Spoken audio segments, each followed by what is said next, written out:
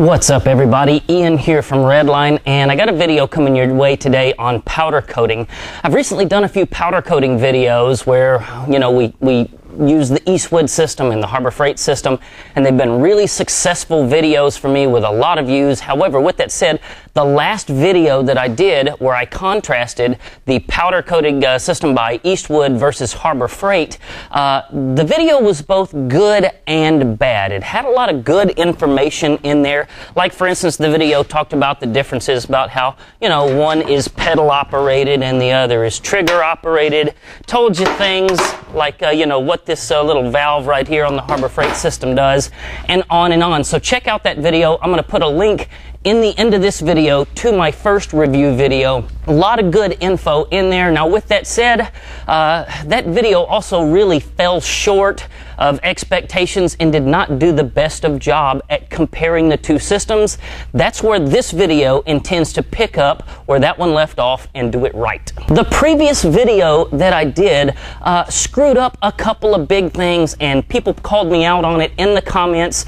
I did not use the same powders in both guns. I used the Eastwood powder in the Eastwood gun, the Harbor Freight powder in the Harbor Freight gun. Today, we're going to run Eastwood's gloss red powder in both of these guns to try and get a little bit more accurate test from one to the other. I'm also going to be using a pressure regulator on both of these guns so that hopefully we get that 10 to 20 psi that we should have, so it comes out as a nice cloud rather than a hard stream like it did in the previous video. I want to point out that in today's test, we're going to be running the little diffuser on the end of both of these guns. You can see in this shot right here how those diffusers on both of the ends of those guns are the same diameter. So again, trying to do an apples for apples comparison, same size diffusers on both guns. Now, the Harbor Freight system only has one voltage that it operates at, so we don't really have any variables there. Now, with that said, the dual voltage Eastwood system has two different voltage settings. I'm going to do two parts with the Eastwood system, one using each different setting for voltage, and we're going to try and contrast all three of those, the two settings on Eastwood versus the only setting on Harbor Freight, and see what the difference is. One of the things I want to address correctly in this video, in the last video, I called this little valve right here an air pressure regulator on the Harbor Freight gun. A lot of folks called me out in the comments and said, Ian, that's an on-off valve. It's not an air pressure regulator. The truth is, we're actually both wrong. This is neither an air pressure regulator nor an on-off valve. It's really more of a flow restrictor, and I'll show you what I mean by that. If I hold the trigger down right here and I start turning on this valve, you'll notice that it never gets to an off setting where there is no air coming out of the gun. So there's no zero setting on this thing. So it's not technically an on-off anything. It's all on in just different amounts of on. See what I mean?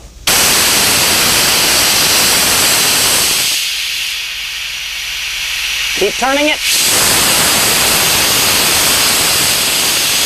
Keep turning it. So I just kept spinning it in the same direction there. I never backed it back up, and I never got to a point where there was no air coming out of the gun. For the three parts that I'm going to powder coat today, I've got an instrument cluster bezel out of a 1967 Nova. It's got a little surface rust on it, so I'm going to go ahead and put this in the sandblaster as well as the other parts one last time right before we go ahead and put any powder on anything. I've also got my Norco engine load leveler here, which I've put a couple of steel bars on that allows me to attach the chains from the outside of the load leveler instead of the middle. Gonna pull these bars off of here, sandblast them as well, and put some powder on them. Since the purpose of this video is to determine which gun actually works better, I'm not going to preheat my parts, aka hot flock them. Not going to preheat these things in the oven first. I'm just going to put the powder directly onto a room temperature part. And the reason I'm going to do that is I'm trying to get an idea for how well one gun makes the powder attract to the part versus the other. I found out in my previous video, which I definitely encourage you to watch. If you'll watch that video, you'll notice that I actually powder coated a part there, forgot to hook up my alligator clamp, but frankly it didn't really matter because as soon as that powder touched that hot 400 degree part, it immediately melted, stuck to the part, and as a result you couldn't really get a good idea for how well the powder attracted to the part because I had preheat the part. So today no preheating.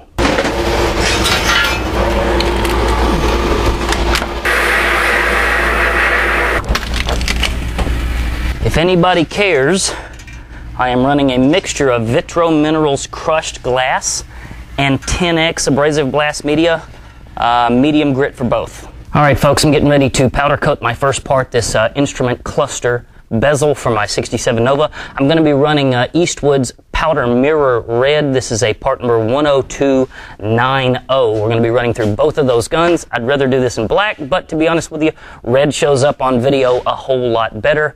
I've got my gun, my power supply over here set to the high voltage setting for this part. I have got the powder filled up to about right there or so. You don't want these things full of powder or they don't tend to act right. Do want to point out I've got my regulator here as well as my moisture filter. Parts just came out of the blaster. I blew them off with compressed air. I'm not going to hit them with any kind of a degreaser because based on my experience in the past, the sandblaster really does get them clean enough, and from there it just needs just to be blown off. If you want to clean one of these things with some degreaser, it cannot hurt, but it is worth mentioning. I have noticed that the sandblaster tends to leave a rough, feel to it, of course, like sandpaper. And when you try and clean these things with degreaser, you end up with a whole lot of lint stuck to your part. It's practically impossible to get that off, but the two best ways to do that are to either A, use a tack cloth, which is kind of like a sticky cloth that doesn't leave a residue behind. Also, you can go over it very lightly, very quickly with a torch just to kind of burn the lint off of there. But I'm going to go ahead and shoot my powder on there now, and we're going to see how it does.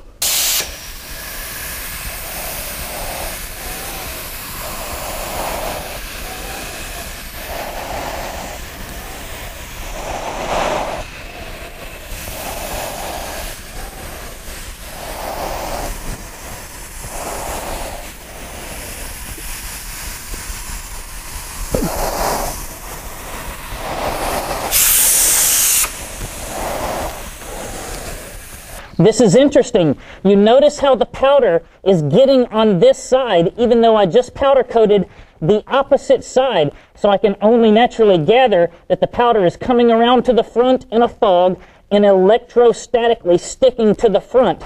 So obviously that portion is working pretty well.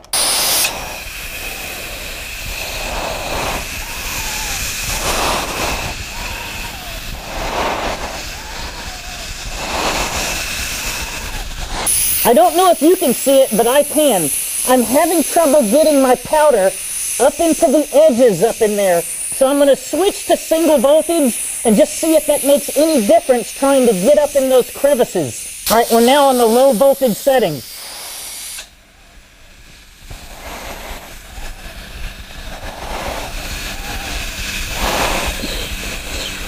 I'm still struggling to get up in there.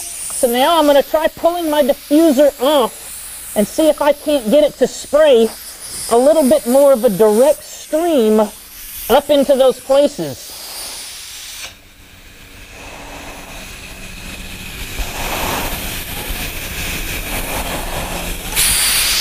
Okay, pulling the diffuser off made all the difference in the world. It just didn't want to get up in those corners, and then when I pulled the diffuser off, it allowed it to spray a little bit more of like a straight, I can still smell the powder, a little bit more of a straight, stream up into those places. And now, as far as I can tell, I've got it coated very, very well. Okay, I was pretty happy with how the Eastwood system applied powder on the unit. To be honest with you, I didn't really notice much of a difference between the low and the high voltage setting. I definitely noticed a difference trying to get my powder up in here was a lot easier when I took the diffuser off of there. I didn't have any trouble getting it down into this corner gap here because I guess gravity is working with me. But, once I took it off of there, I definitely had an easier go of it, but I was really happy in terms of how well the powder, attracted to the part, how well it stuck to it, how it covered and so forth. I'm excited to bake it and see how it looks. I already know you guys are going to ask, because in all of my previous videos, everybody wants to know, what light am I running and where did I get it? Those are 2,000 watt bulbs, infrared bulbs. Picked it up on eBay. There's a bunch of those things on eBay. I'm going to put a link down in the description where you can get one.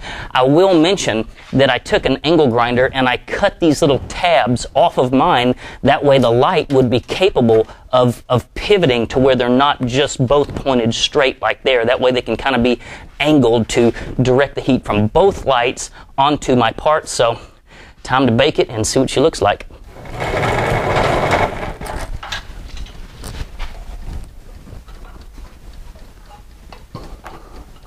Okay, so our Eastwood part is glossing over very nicely. Can you kind of see that? You can see the gloss to it as I move the camera around. Let me show you something interesting. Look down here on this end. No gloss down here on this end. That's because my lamp is not really wide enough to get the thing heated up real nicely down there on the end. So, you know, when you're doing baking like this, you don't really have an oven like you should have. What I'll have to do is I'll move my light down and direct some heat down here after, 30 minutes or so of baking right there. Okay, let's get a temperature reading on this thing. See what we got here. 334, 335, 48 I saw. So we're getting up to the point to where we're about hot enough to cure properly. I wish I had a little bit more heat in it, but frankly, it is what it is. And we're not really even testing in this video our ability to properly cure a part. We're kind of testing the guns to see which one works the best. And looks like it's getting pretty hot. All right, for my second test with the Eastwood system, I've got my voltage setting now at the lowest setting. I've got my piece of tubing here, my alligator clamp hooked up. I've blasted the part, cleaned it off, and going to go ahead and spray it at the low voltage setting and just see, does it really make any difference? Can I tell any difference? Let's see what we got.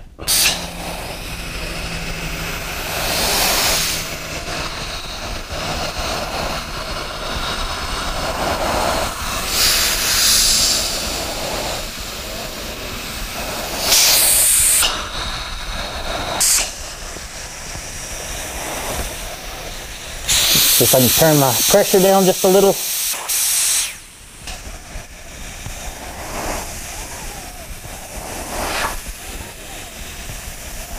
Well, I just shot it at the low voltage setting, and to be honest with you, I couldn't really tell a difference. I noticed that it started off not sticking to the part very well, but about 5-10 seconds into it, everything began to stick just like you're hoping it would.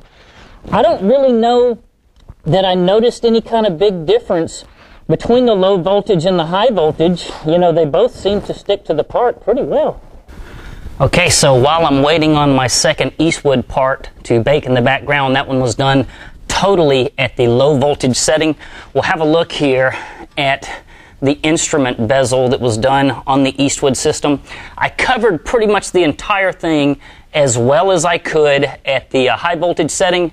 I had trouble getting up inside, these little areas up in the corners here. Switched to the low voltage setting. That didn't seem to help me at all. So I took my diffuser off of there, and that's when I was able to start getting up into those corners. But after I did that, you can see that the quality of the finish is just absolutely gorgeous and professional grade all day long.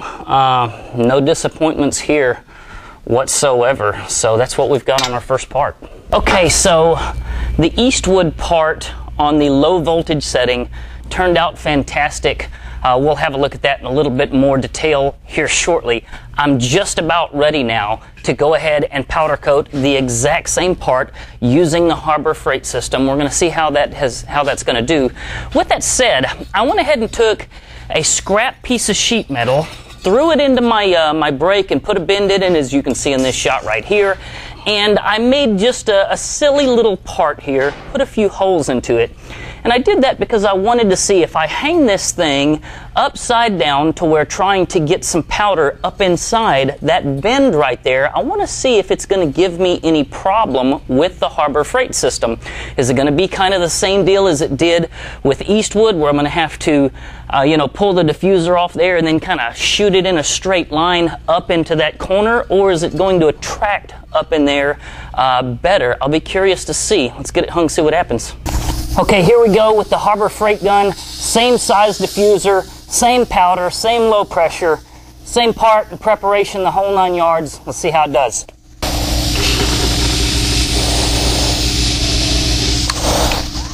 Turn my pressure up a little bit.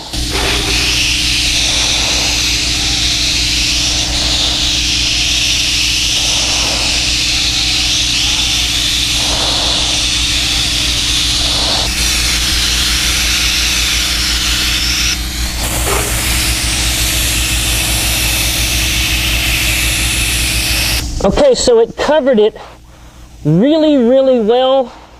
It put out a lot more powder than the Eastwood system. I'm actually quite happy with it, but let me show you something. It does the same thing. The Faraday cage effect has a hard time getting powder up into that corner on both systems. You can see it right there. Let me do the same thing and see if that helps.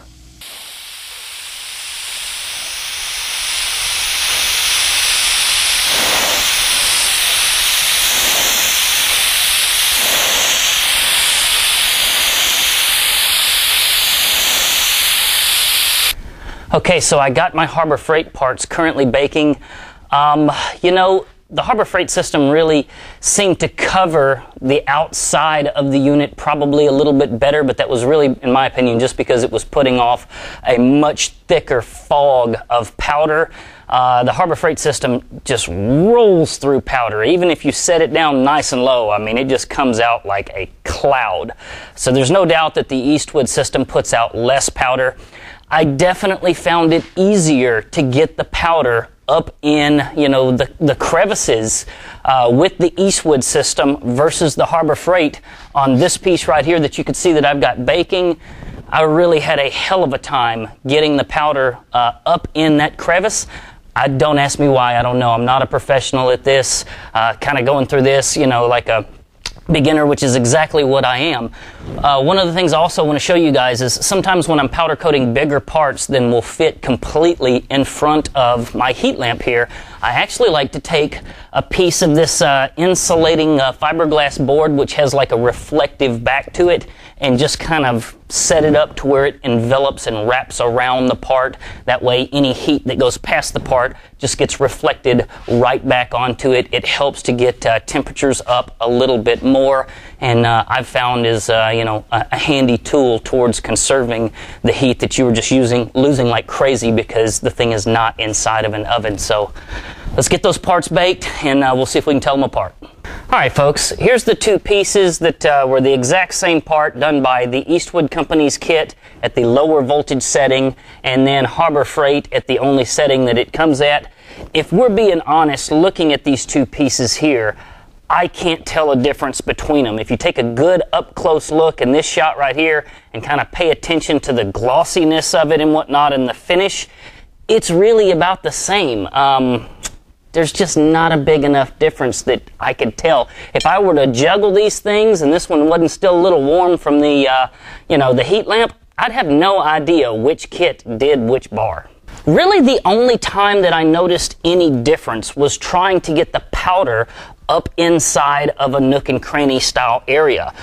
With the Eastwood kit, when I took the diffuser off of there, I was immediately able to get up inside of the 90-degree edges on my bezel here. However, when I took my test part here, I just really struggled to get the powder up inside of here. I went over it and over it and over it. I wasted only God knows how much powder trying to get this piece right here fully coated. So in that regard, I think probably the Eastwood Company kit wins. It didn't just put out way too much powder, and I found it easier to get the powder where I wanted it to go. So the Eastwood Company, kit at the end of the day was realistically the winner, but if we're being totally honest, we're splitting hairs here. At the end of the day, all of these pieces really look about the same in terms of, I say about the same, they are the same in terms of the finished product. You really can't look at one and go, that was shot with a quality gun and that gun sucked ass. It didn't come out like that. All right, that has been my review of the Harbor Freight gun versus the Eastwood gun. Hopefully, I did a little bit better justice to it this time. If we're being totally honest, the comments on that last video were not good. A lot of people telling me that I screwed it up, and after I went back and kind of rewatched it and reviewed it, they were right. I could have done a better job. Hopefully I fixed that this time. Hope you guys enjoyed this. If you want to make sure that you don't miss any of the videos that I upload, please click subscribe down below. I'm always thankful for the new subscribers that I get. Turn on notifications if you want to make sure that you don't miss any future uploads from me. And I'd also ask, if you don't mind, click the little thumbs up down below that tells YouTube this is good content. I appreciate you guys watching. I hope you enjoyed it. Thank you. Y'all take care.